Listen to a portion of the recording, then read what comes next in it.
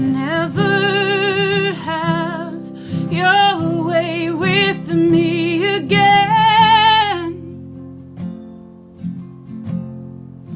Tell me you're sorry.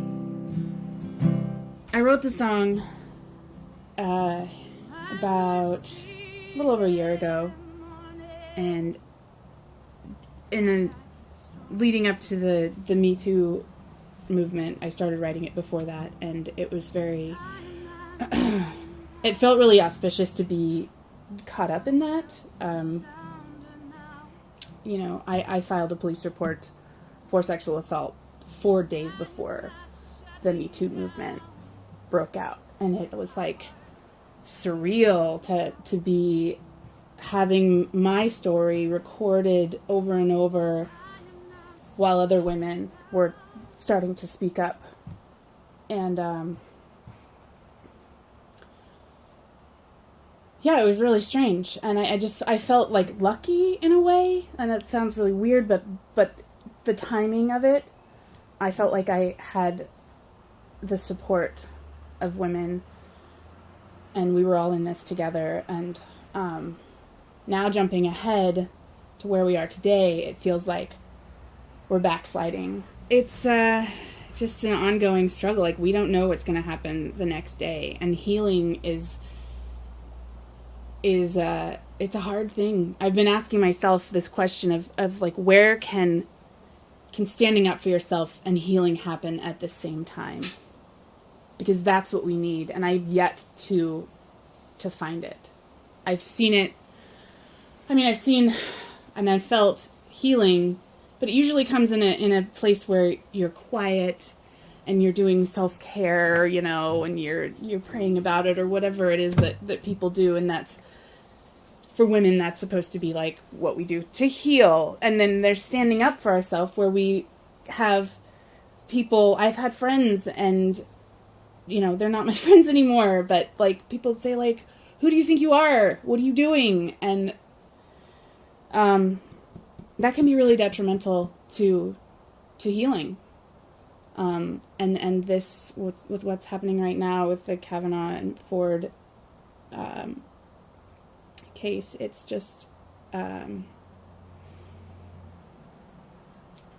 it's going to be, I don't know what the outcome is going to be, but I can't imagine what it would be like right now to be someone who had recently been assaulted and questioning whether or not they should say anything. Because I would feel like, well, what's the point? Doesn't make any difference. No one cares. And there's nothing to gain except for telling your story, and for me, reading other people's stories and hearing other people talk, and not just them saying that they believe me, but sharing what happened to them was really healing, and made me feel like I wasn't alone, that I wasn't stupid, to know that I didn't deserve it. So it's really important that we keep talking about it.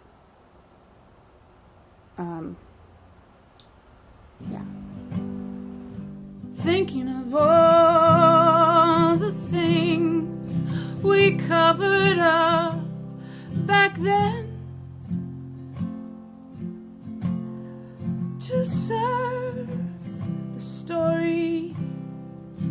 I heard in her testimony, it was really, I couldn't listen to all of Dr. Ford's testimony, but what little I did hear, I heard myself. And, for people to say that they know that she's lying without even, like Rush Limbaugh said yesterday, he said that Kavanaugh shouldn't even have to prove his innocence. Like, what? That's the reason. That mentality is the reason why women will not speak.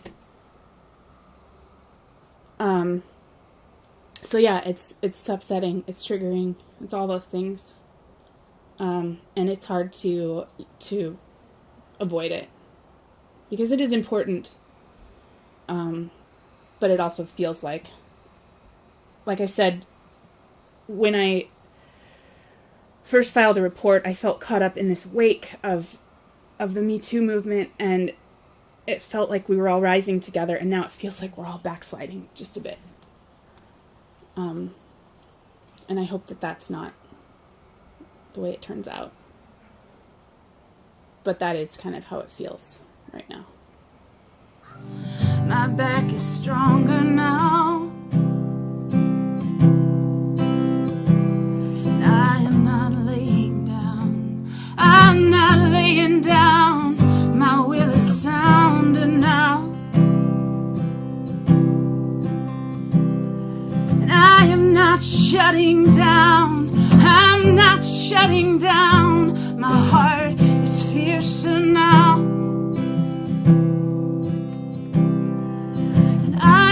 Slowing down.